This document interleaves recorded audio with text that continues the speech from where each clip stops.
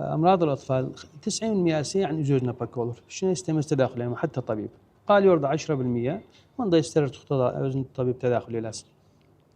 بس تاغمز نشكل يعني كم فرق لي ب 10% لازم يعني علامات وشقطه بخص عائل لوزن جور قاتل لوزن طبيب. اكثر الامراض المنتشره حاليا حسب الموسم مثلا من نجي ارتقن موسم البرد بشلار يعني قضيه الرشح والانفلونزا والتهابات المجال التنفسيه.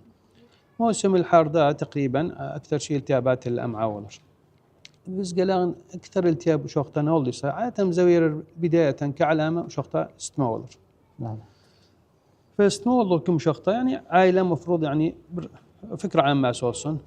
قد شو اقل من 3 شهور لازم من مستشفى يعني طبيبيه نجي ستمولر. بس تمدخل بدون اي علامات لازم دكتور جوسن. نعم. عمره بتشبيق يسوي شاغن. شيء كلاب الوطن بخرج شخص ستمولر مثلا غير عائله دخوار شز كامله غوس كري اعتيادي برقن مثلا وزن غير علامات طول ما مثلا بخص اما باكت شاغن وعيس باكت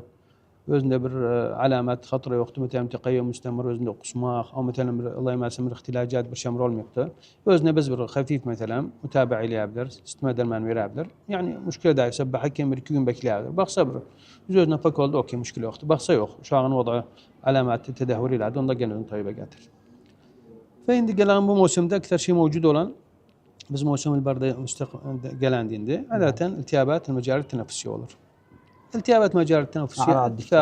اكثر يعني اكثر من 90% فيروس دخل يعني مجرد كورس نالر يعني زودنا وش باكولر عاده معدل يعني اسبوع يعني اي انفلونزا رشح فتره اسبوع شو عندنا قص حاط باكسه منعس باكسه اعراض كبدايه بشلر برستما خفيف والنصور برتبرنو تخنور برنو اخر النصور بلا شيء وش اسخر مغا خفيف يسكر جور يعني التطور اشاغان دي سلتابات احتمال ان نفس تانك الغول فبز قورخدان شيء من نفس تانك وصل لازم من طيبه قاتس بينما بالخفيف برشيسه كبدايه سنده وعنده احتمال جنا حتى يبدا عالج ثاني يعني